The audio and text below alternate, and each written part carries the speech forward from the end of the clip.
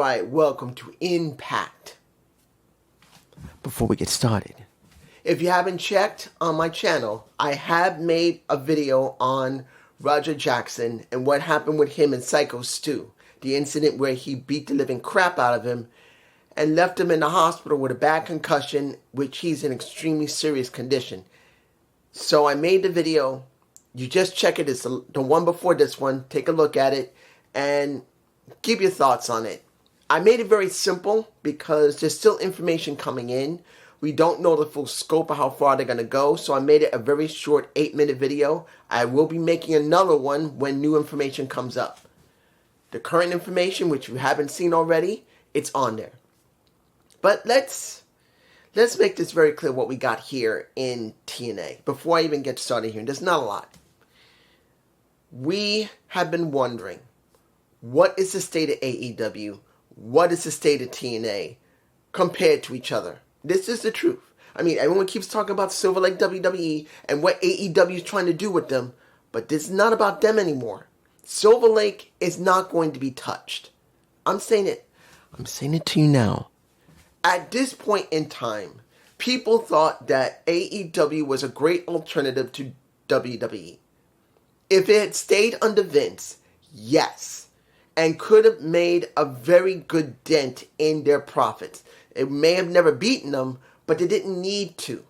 What we wanted was an alternative, not a direct competitor where there's a fight between each other, which messes up pro wrestling. People say that there's got to be great when there's competition. Not all the time. Sometimes competition can screw things up, like what happened with WCW and WWE. When WCW went away, we got what we got with Vince. So I'd rather not be any real competition with the number one and number two. But this is not about number one and number two anymore. This is about number two and number three that used to be number two, which is TNA. Let's make this very clear. We already know that WWE is helping TNA to get deals so they can actually reach a certain point where they may never compete with WWE. They're never going to compete and ever going to beat them.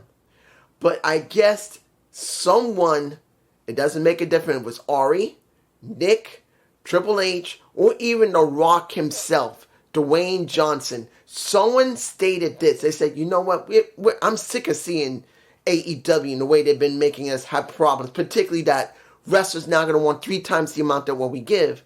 Let's get rid of them or knock them down so low they'll never be able to do what they did again. I got an idea. Let's use the previous number 2. Let's use TNA to fuck with AEW so they will never be able to do what they used to do before. And that's what's going on right now. You may not want to hear it, but Silver Lake WWE has made a decision to use TNA to fuck with AEW, so they, instead of being here, and AEW is here, and WWE is here, they want to bring TNA here to directly compete with them, and they don't even have to worry about losing money. The only thing you have to do is just help them with publicity, with letting them use some of their wrestlers, and mentioning them on their shows. And the publicity, what I'm talking about, is not about just showing on the shows, like in NXT. It's actually giving props to them so they can get deals that they would never get. So at this point in time, AEW is literally in trouble. Literally in trouble. They may never go out of business, but instead of being number 2 compared to WWE, they're going to get knocked down to 3 at this point. They will be where ROH was. Because that's the truth. ROH used to be roughly a very distant third compared to Impact Wrestling TNA at the time. TNA took over back in the 2000s. I never got a chance to see it because 1, I didn't have the money to get cable, and 2, I wasn't able to really think about it at the time. I had a lot of stuff going on, so never really had a chance to see a TNA until about, 2010 when I started watching. But I'm telling you right now, this is what we got. We got AEW, who is here, who is going to be challenged by TNA, sponsored by Silver Lake WWE. It's coming. But now let's move on to the show that's going to be leading into Victory Road and then eventually leading into Bound for Glory, where Tricky, my thoughts will be. Okay, we open compared to what Raw, SmackDown, and even NXT at certain times. We get a match here. I'm not saying it's the greatest match, but it was an alright match. AJ Francis and Trick Williams versus Macklin and Santana. Now, we're still in Baltimore, Maryland. And AJ Francis is still home. But no one cares about his sorry ass. So they cared more about Macklin and Santana, which is good. The way it's supposed to be. It's not supposed to always be split. Or it's supposed to always be for the heel. Because sometimes that can mess up storylines. But here it's been pretty standard. Santana pins Tricky. And Tricky gets mad. And Santana basically whoops that ass after the match is over. And I will talk about the lawyer later, but he calls his lawyer after the match is over, saying this is not right, this is not fair, I got concussed. That's what we got. Second match, we got Eric Young versus Myron Reed. I do not know if Myron is signed or not. I haven't checked. Legitimately, I haven't had the thought of checking if Myron Reed is signed or not. As far as I know, he's not. If he is, it might be a short-term contract, I think. But I'm not sure. This really wasn't about him. It really wasn't. This is about the cleansing of TNA. Because Eric has made it very clear. TNA needs to be cleansed of all these outsiders coming from NXT. And Myron coming from, I believe, MLW. He wants him gone. He wants anyone who's not a TNA original gone. And this is what we get. And I'm going to say this. Seeing that Eric used the ref, putting her in danger, about to look like he's about to deck her ass, was the wisest thing to do because that is what Eric Young would do. I'm actually glad to see this because we saw this again later in the night when I'll talk about Mara Shade. I keep forgetting about her, Miss Jackson, Miss Akara Jackson. I'm telling you right now, I like what I saw there, but I'll explain that in a minute. Next, we get, here's where you're going to see the difference between well-trained wrestlers and semi-well-trained wrestlers. This is a hard one. When you look at the Fatal Influence, you look at Fallon Henley and Jasmine Nix. They're pretty good pro wrestlers. They may not have great character. Yes, they're great eyes. They're great on the ice. Yes, they are. But they're decently good pro wrestlers. Then you look at the inspiration. And one of the major problems with inspiration has been more gimmicky than in-ring work. If you compare who is the better between the two as sex appeal, it's going to be Cass. Who is the more wholesome, but that gives off a kind of an air of awkwardness? That is Jessie. There is no way you can hide that. You could see it yourself that Cassie gives off a huge amount of sex appeal and Jess gives off being beautiful, cute, and awkward. That is just how she is. She's very girly. She's very awkward in the ring sometimes. And when you get them in the ring, and look at what happened right before the match. You always see Jess and Cass blow kisses to each other on their cheeks. Literally, Jessie McKay, she's taller, she's slender, she got a big pair of boobs. She literally runs into Cass's lips with her damn nose because she wasn't paying attention. Because she was looking at the others, she didn't pay attention, and she made it look awkward. You can't make this up. You can't. And when the match happened, you can see who is the better wrestler. Cass is the better wrestler, and Jess is second. It is not meant to be a knock against Jess. And I want to make this clear. This is not against Jess, and it's not against Cass.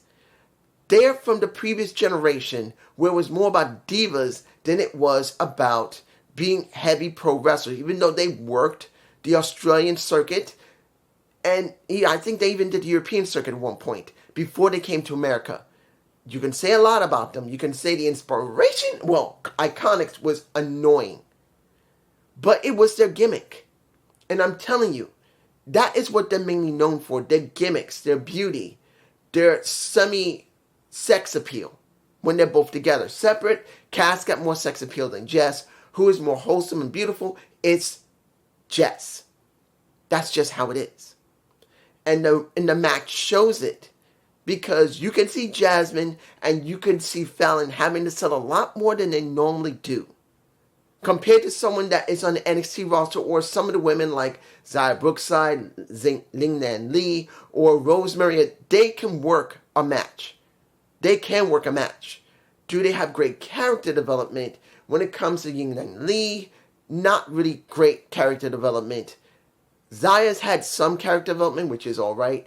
At this moment, Rosemary's development has not been one of the best, but she's still one of the most strongest women there when it comes to appeal to her history there, and that helps her as the gatekeeper. But since they've been gone for 3 years, Jess and Cass, they only recently came back. And I'm not saying they didn't bust their butt to get themselves back into shape after, I believe, Jess had 1 kid and Cass had 2 children. I'm not taking nothing away from them. They busted their ass and there are people that still love them. But if you're going to be honest, you can see the difference between a character-driven tag team compared to an actual wrestling tag team that uses character. I'm just being honest here. They won the match. But if you're going to be clear about this, what do you want to see from Cass and Jess? You now have 2 teams that are mostly character-driven. That is the Elegance brand, which I'll talk about in a minute, and Inspiration. I don't know what they're going to do with them. Sooner or later, they're going to put them up against each other. You're going to see which one has better character compared to the other, and who has the better wrestlers compared to the other. That's just the deal. And Inspiration. We're not getting the party. We didn't get the party. And let's make it very clear. Ash was beyond sky high happy that she's now the champion. So when they go to Minneapolis, I believe next week, they'll have the party there. Do I believe that party is going to get pretty much screwed up? Yeah. But that's the way it's supposed to be. How are you going to set up the next tag team to go up against them? And I know this is Ash's show. This is going to be Ash's celebration. It's not going to be Em and it's not going to be Heather. But they're going to get this moment that there's going to be more than one person there. I'm sure of it. Do I believe it's going to be Marsha Slamovich? Yeah, there might be someone there. There may be someone else there. There may be 2 other people there that's going to be messing with Em and it's going to be messing with Heather. So it's going to be someone crashing the party. And it may cover all 3 of them. Now, Ryan Nimitz gets into the ring. Let me give it to you like this. Do I care about my big brother? No, but at least it is something that he is known for now. And we will be seeing him, I believe, next week. Or the week after, I think next week. We already know he's coming back.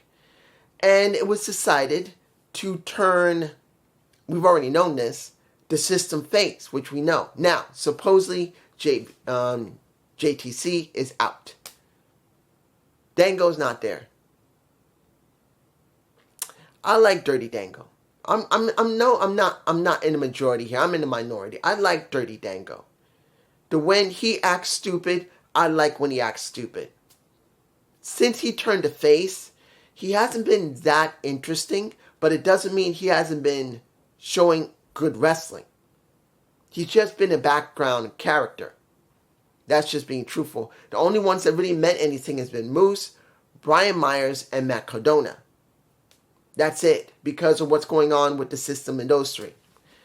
He wins this match, but it really is not about Ryan getting over, and it's really not about really Eddie getting over. It's about the entire group getting over as a pretty much a face team now. That's the way it is, a face faction. Next, let's go to the last match here.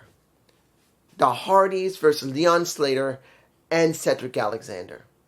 Now, we know Leon was feeling very awkward about this match because he doesn't want to go up against the people that he loves. He loves the Hardys. He sees them as his friends. They're his mentors.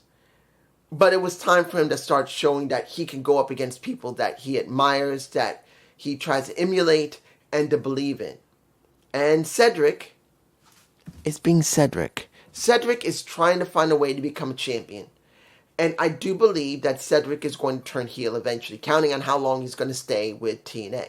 I don't know how long he's going to stay. I don't think he's signed for very long. If he's been signed by contract, I say it's only about a year, and then he's done. That's what I think it is.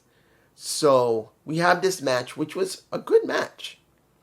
Now, at least I will say, compared to Devon Evans, Leon Slater at least tried to show a little bit of awkwardness when he was in the ring with Jeff and then with Matt.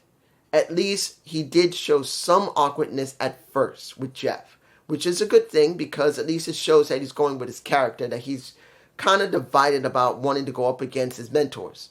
But as the match went on, he did what he needed to do, but they didn't win, which was fine. I'm not surprised. It had to happen. No problem with that.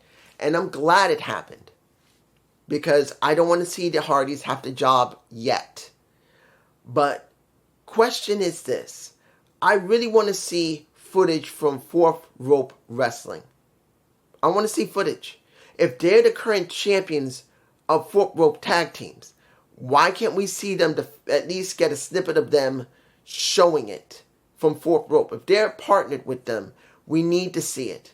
I'm not saying that Fourth Rope is a good company or a bad one, but if you're coming out with their titles, like Mercedes Moné, who doesn't come out with one title, she's coming out now with 9 freaking titles, where she wants to now get 11 titles and beat Ultimo Dragon's 10 titles, I like to see it. The last match I'm going to talk about before we talk about everything else will be the match that I'm glad happened. Even though it wasn't one of the best matches I've seen from Tasha Steelz or from Mara Sage, is this match. They're up against each other, and it's due to the fact that Tasha messed with Mara's picture, saying her picture was garbage when she showed it to the Hardys. Alright, I'm cool with that. There is some story. It's not a great one, but at least it's there. Then we get the match. Do I think Mara Sage is a good wrestler? I'll say this, taking away how she looks, because let's make it very clear, she's a damn fine looking woman.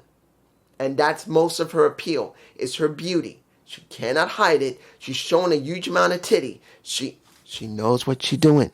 She's showing a huge amount of tits. She doesn't need to do that if she wants to get over. She's doing it. So that's part of her character, her sex appeal. But when you see her in the ring, is she a bad wrestler? If this was the older NXT, she wasn't really great. But I will say this, that if I compare her compared to where she was before when she was with Metaphor, whenever she did wrestle, because in one hand she broke her hand at one point, not moment. She did broke her hand, and she couldn't wrestle. I'll say she has improved. I'm not saying it's an incredible and large amount of improvement, but at least she has improved. One of the major issues I think she has is not her ring attire, but it's this. Look, I'm not gonna lie, I'm going bald. I'm 54. I'm growing bald. If I haven't already gone mostly bald, I'm going bald. But when it comes to wrestlers, female wrestlers, in fact, you have 2 styles of women's hair, generally speaking. And you can have, it doesn't matter about the color, always changing the color. They do braids or they do extensions, some of them. Look what happened with Jada Parker. That girl at one point had not grown her hair out, and she was wearing extensions, and that damn sucker popped off her head faster than any damn thing. But normally, the rule of thumb, you either have extensions or braids to extend, or you have short hair, because many women want to have long hair in the ring. In her case, I believe when you look at Tasha Steelz, she has braids in the hair. She got braids in, cornrows. But when it comes to Miss Sage, she has possibly long, real, actual hair, got it dyed blonde, but it's so much hair, it's beginning to look like it's too much. And I'm not against women having long hair. But when you got so much of it and it's not braided up or corn rolled to try and keep it from going everywhere, it takes away from your look. And it also messes up the performance in the ring. Her ring work was okay. She was able to generally keep up with Tasha. But I'm going to be honest here. That hair threw me off too much.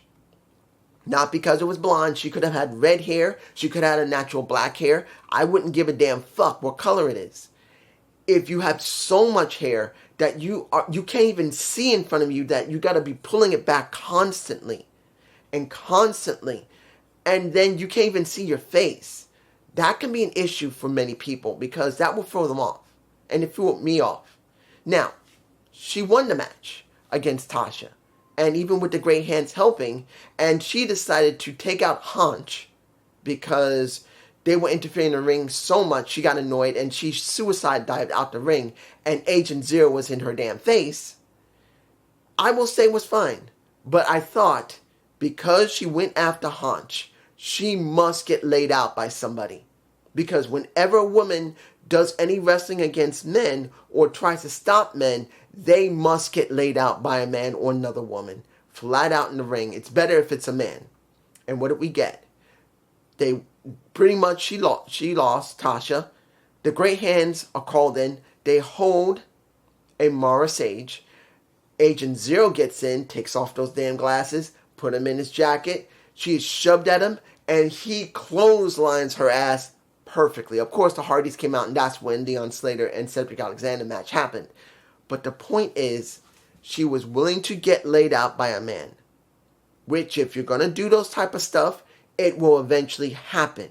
And there's nothing wrong with it. You want to do equal opportunity matches for men and women, that women could nail a man? Well, guess what? I want to see a man completely cold clock a woman in the damn ring, in the center of the ring, if she wants to do that. That's what happened with a Tessa Blanchard. That is what happened with a Jordan Grace. I do believe a Jade, a Michin did it, and even Rosemary did it. I have no problem with them doing it as long as you book it correctly. Now, finally, let me give it you like this. Next to Indy requesting a 3-way match for the number 1 contendership, because I will say Danny's video pack was pretty good. And she asked for it because Danny appeared. This was the most important segment of the night, because the development for Danny Luna was needed. The triple threat for Indy Hartwell along with Jody Threat with Danny was important. This was important. Let me give it to you like this.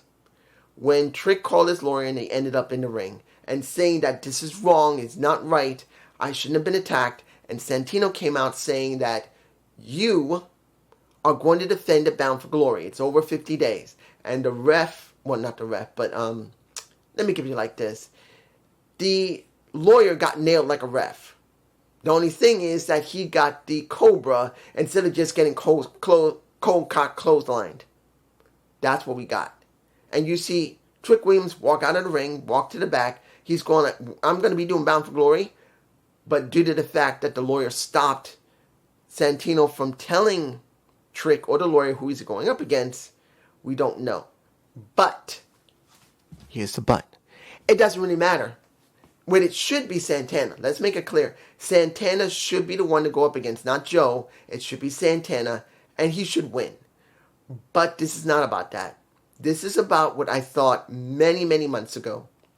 That TNA has already decided that their main championship was going to be held by an NXT wrestler. All the way up to Bound for Glory. I even said it. If it's not going to be Bound for Glory, it needed to be Slammiversary. And look what happened. It went to Slammiversary. It was the biggest show they had. And now I'm sure this Bound for Glory might be one of the biggest shows they ever had in Bound for Glory history. I truly do believe it might happen. Do I believe they're going to have great wrestling? I don't know. I cannot predict that. But I can say this. I knew Trick was going to make it to one of their signature pay-per-views. I said it months ago, and I was right. He's going to Bound for Glory. Let's just hope he doesn't get injured. But he's going to Bound for Glory. The key of this is to understand, like I said in the beginning of the show, TNA is being positioned to be the second wrestling promotion again. But instead of them being sponsored by the Carters when Jeff Jarrett and his dad couldn't handle it anymore, it's now WWE that's helping them. WWE, the main competitor of TNA that has always been here, and TNA's always been here, had decided, because there's now a third party here that they don't like, they're going like, yeah, help us. What do you want? Mess with that guy right there. What? Okay. And now they're here. And WWE's here. Well, honestly, TNA was here. Now, well, when it was Impact. Now it's here. And until the TV deals come out, they're going to be here. We are going to look at a war between TNA and AEW. It's not the point if it's right or not. WWE is sitting back like this, smiling about it, saying, oh, I see that. Yeah. Mess that up. Mess that man up. We'll take him when we're ready. That is what we're getting. Is it right? No. But is it what they're doing? Yes. And at least we see it so we know what we're dealing with. But it's just me. Have a good day. Have a night. Peace.